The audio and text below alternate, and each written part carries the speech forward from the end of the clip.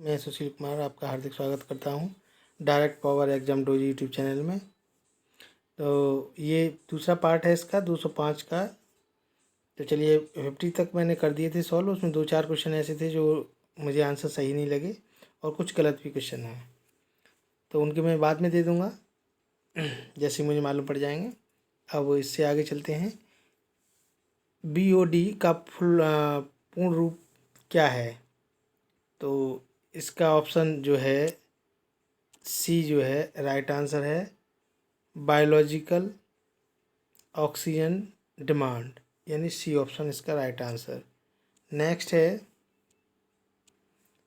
Mini माता बीमारी का कारक है तो मरकरी है, ऑप्शन डी इसका राइट आंसर है। प्रदूषण का सबसे बड़ा कारक है तो मनुष्य, पौधे, जंतु, कार्बन डाइऑक्साइड।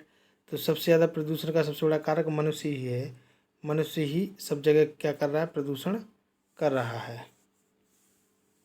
ठीक है, हर चीज़ को दूषित कर रहा है। नेक्स्ट है, शोर प्राय मापा जाता है तो इसका राइट आंसर बी है, डेसिबल में।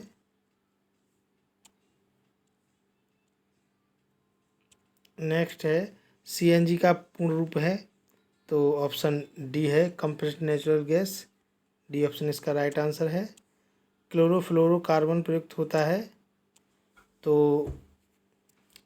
Refrigerator, वातानुकूल, perfume. ये डी ऑप्शन इसका राइट आंसर है। ठीक है। नेक्स्ट है, जल प्रदूषण का प्राय कारण है तो चीनी मिल है। ठीक है,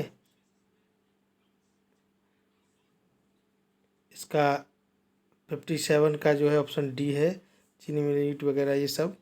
तो 57 का डी आंसर इसका राइट सही है।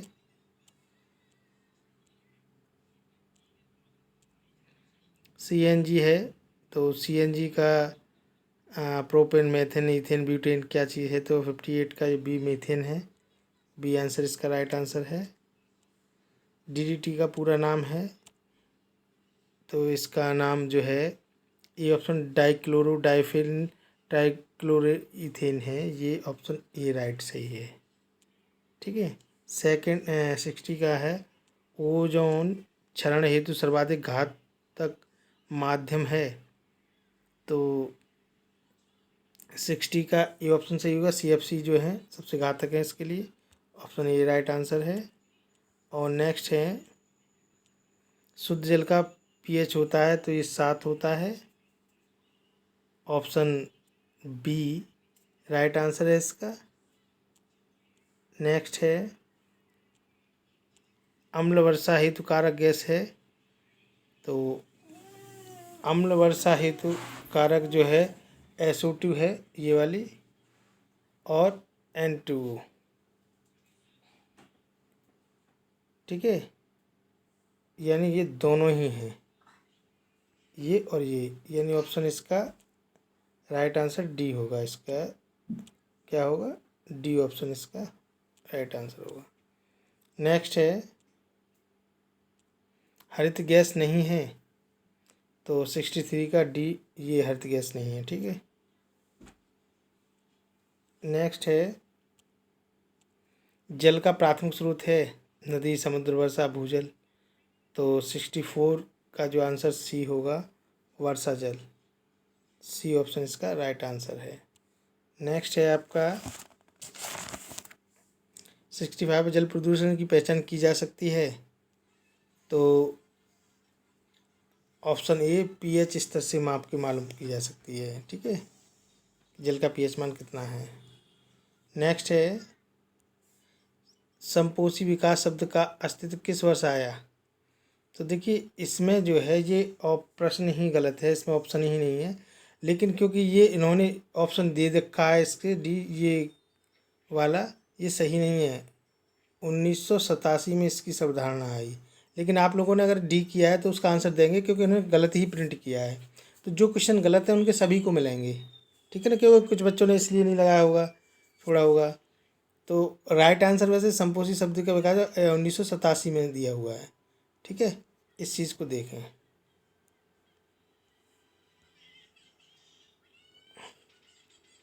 शब्द भूस्खलन को बदला जा सकता है, तो 67 है इसका। मुझे नहीं मालूम क्या होगा या ये क्या पूछना चाह रहा है, मेरी समझ में नहीं है। तो एक क्वेश्चन है इसमें, ये पता नहीं मुझे क्या पूछना चाह रहा है, न मैं समझ पा रहा इसकी भाषा को। निश्चित ही कुछ न कुछ इसमें मुझे समझने में कुछ दिक्कत है, इसलिए इसे छोड़ दीजिए। नेक्स्ट है संपोषी विज्ञान, संपोषी विकास और का अध्ययन है, तो 68 का डी होगा सामाजिक विज्ञान। ये सभी आते हैं इसके अंतर्गत, ठीक है, तो डी आंसर इसका राइट आंसर होगा। नेक्स्ट है संयुक्त राष्ट्र की संपोषी विकास लक्ष्य की संख्या है, तो सी आंसर सही है, 17 है इसकी, ठीक है, सी आंसर ठीक है इसका। नेक्स्ट है संपोषी विकास के 3 पक्ष हो सकते हैं, कौन कौन से? पर्यावरण, अर्थ तथा समाज। ऑप्शन ए सही है इसका, राइट आंसर है 70 का। नेक्स्ट है संपोषी ऊर्जा है, स्वच्छ होती है, लंबी समावधि के लिए प्रयोग की जाती है तथा भी दोनों, तो इसका राइट आंसर सी है, सी ऑप्शन इसका राइट आंसर है। नेक्स्ट है मरकरी तथा लेड कारक हैं, किस चीज़ के हैं? तो 72 इसके हैं वायु प्रदूषण के। जो मरकरी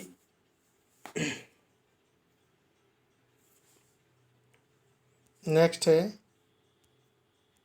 संयुक्त राष्ट्र संपोषी विकास सम्मेलन को कहा जाता है, रियो 2012 कहा जाता है। ऑप्शन ये बी राइट आंसर है इसका, ठीक है। नेक्स्ट है इसमें, तो नेक्स्ट है इसमें 2012 है, रियो बी ऑप्शन सही होगा 73 में। 74 में आइए आप लोग देखिए, रियो शिखर सम्मेलन 1992 की कार्यसूची की संबंधित है, तो इसका ऑप्शन ए संपोषी विकास से, ए ऑप्शन इसका राइट आंसर है। नेक्स्ट है भारत में संपोषी विकास प्रतिवेदन 2020 का क्या क्रम है, तो ऑप्शन डी सही है इसका, 117वां, ठीक है। नेक्स्ट है निम्न में से एक संपोषी विकास नहीं है, तो अंतरिक्ष वाला है, बाकी ये सभी हैं, ठीक है, D option is right answer.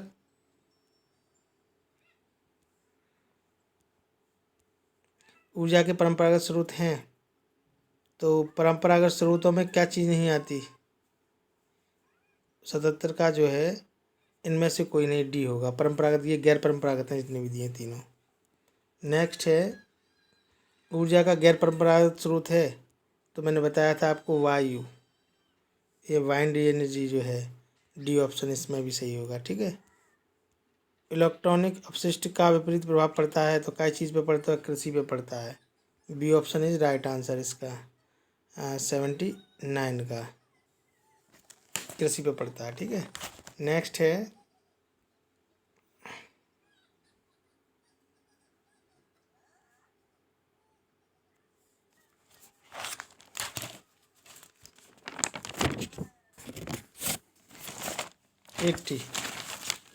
Eighty है, 80 में अक्षय ऊर्जा स्रोत के रूप में हो सकता है, तो इसका राइट आंसर जो होगा सूर्य होगा, ऑप्शन सी। नेक्स्ट है भारत का सौर ऊर्जा चालित हवाई अड्डा है, देखिए ये क्वेश्चन गलत है बिल्कुल। कैसे गलत है मैं बताऊंगा आपको। भारत का सौर ऊर्जा चालित हवाई अड्डा इनमें दिया ही नहीं है, इनमें होना चाहिए पौंडीचेरी है, पौंडीचेरी 2020 में उसे घोषित किया है, ठीक है। अगर ये होता विश्व का, तो विश्व में कोचीन आ जाता, ठीक है। इसमें ये क्वेश्चन ही गलत है, इसको सभी को नंबर मिलेंगे, या जिन्होंने कोचिंग कर दिया तो उनको मिलेंगे, सभी को नंबर दिए जाएंगे, ऑप्शन ही गलत है।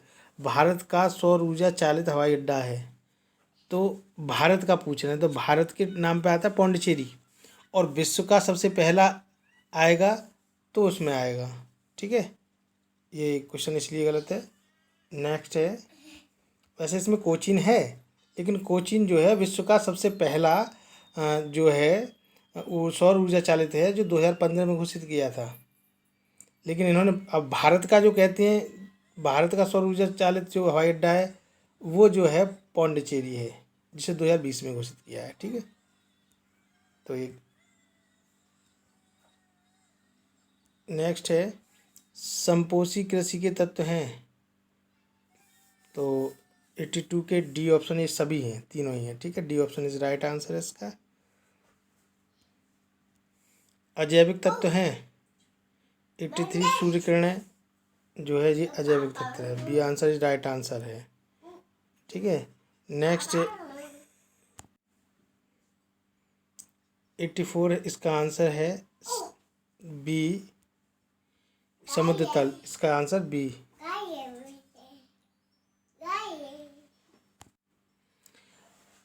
इसमें जो समुद्र तल बी आंसर सही आएगा 84 में। नेक्स्ट है ओजोन स्तर पाया जाता है तो समताप मंडल में, इसमें जो है सी आंसर इसका 85 का होगा, सी आंसर। नेक्स्ट है एक शिक्षक के लिए पर्यावरण शिक्षा का अर्थ है, तो इसका राइट आंसर जो है 86 का डी होगा, उपरोक्त सभी। नेक्स्ट है पर्यावरणीय शिक्षा है, तो देखिए ये चीज़ भी डाउट में जा रही है, क्योंकि औपचारिक और अनौपचारिक दोनों होगा। अब इसमें औपचारिक और अनौपचारिक दोनों में से कोई दिया नहीं, निरौपचारिक दे दिया नॉन फॉर्मल, तो ये तो हो नहीं सकता, मैं बताऊँ तो इन दोनों में से ये दोनों हैं, तो यहाँ ऑप्शन देने चाहिए, तो इसको औपचारिक पर लगाएं आप, ये आंसर दे दें इसका, तो बिल्कुल ठीक है, औपचारिक तो होता ही होता है। ठीक है ना, तो ये ऑप्शन इसका राइट आंसर है। नेक्स्ट है पर्यावरणीय शिक्षा का लक्ष्य स्वास्थ्य के प्रति जागरूकता, और 88 का आपका जो होगा वो बी होगा, पर्यावरणीय इस अनुकूलन व्यवहार का शिक्षण। ठीक है, बी आंसर राइट आंसर है इसका। नेक्स्ट है मानवीय क्रिया प्रभावित नहीं करती हैं, तो भूजल अवरोध को नहीं करती हैं इसको, बाकी तो ये सब चीज़ों को करती हैं। नेक्स्ट है पर्यावरणीय शिक्षा आवश्यक है, तो 90 का होगा, इसका डी होगा सभी स्तरों के लिए। नेक्स्ट है पर्यावरणीय शिक्षा का प्रमुख उद्देश्य होना चाहिए, तो क्या होना चाहिए इसका जो है 91 का बी पर्यावरणीय समझ।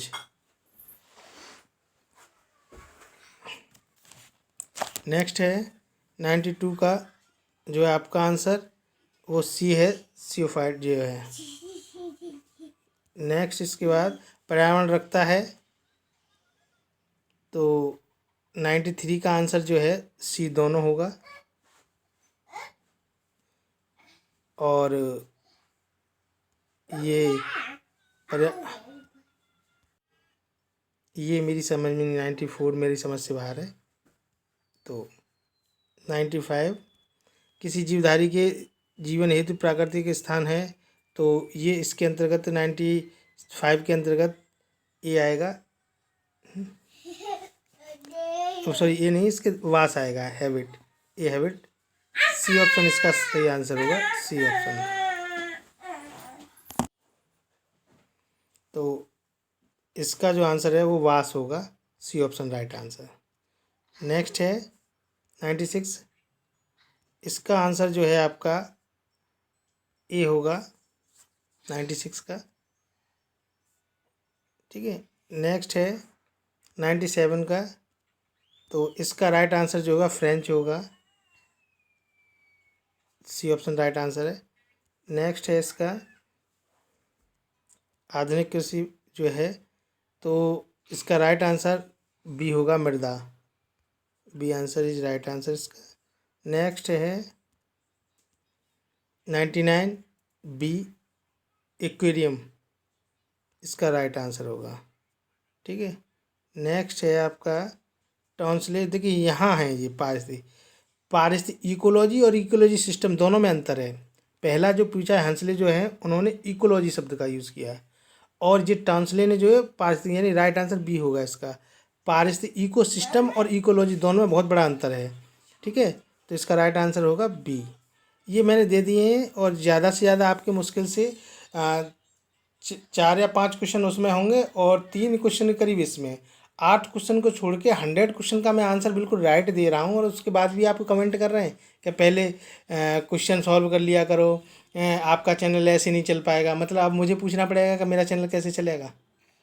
भाई देखिए, चैनल चले या न चले, कोई फ़र्क नहीं पड़ता। मैं तब भी था, पढ़ा रहा था, अब भी पढ़ा रहा हूँ और आगे भी पढ़ाता रहूँगा। आप लोग जो है इस तरह की कमेंट ना करें जिससे किसी को आहत हो। जब मैं कभी अब मुझे लगता है कि मेरी गलती है या मेरा ने गलत बोला है या गलत ऑप्शन चुना है, तो मैं ऑलरेडी ही उस चीज़ को स्वीकार करके उस पर डाल देता हूँ कि हाँ ये मुझसे गलती हुई है। लेकिन आप लोग इस तरह के कमेंट कर रहे हैं कि चैनल चलेगा नहीं, इस तरह से चैनल नहीं चलेगा। मतलब आप कौन होते हैं इस बात को निर्धारित करने वाले कि ये चैनल इस तरह से नहीं चलेगा? ये बताइए। आप भी जो है ज्ञान कभी बराबरी करके नहीं मिलता। ये बात ध्यान रखें इस चीज़ के लिए। हम सभी लोग प्रयास कर रहे हैं, आप भी कर रहे हैं, हो सकता है हमसे भी गलती हो जाती है, लेकिन इतनी बड़ी भी गलती नहीं जो आप इस तरह से कमेंट कर रहे हैं, सही चीज़ों को गलत बता रहे हैं। ऐसा नहीं है। ये आप लोग इस चीज़ को विशेष ध्यान रखें। और देखिए अच्छा शोभा नहीं देता। हम लोग जो है अभी तक जो मैच्योर हैं सभी लोग, तो बचकानी हरकतें करना हम लोगों को शोभा नहीं देता। ठीक है, तो ज़्यादा मैं कुछ नहीं कहना चाहूँगा। ये दूसरा पार्ट मैंने आपको डाल दिया है। धन्यवाद।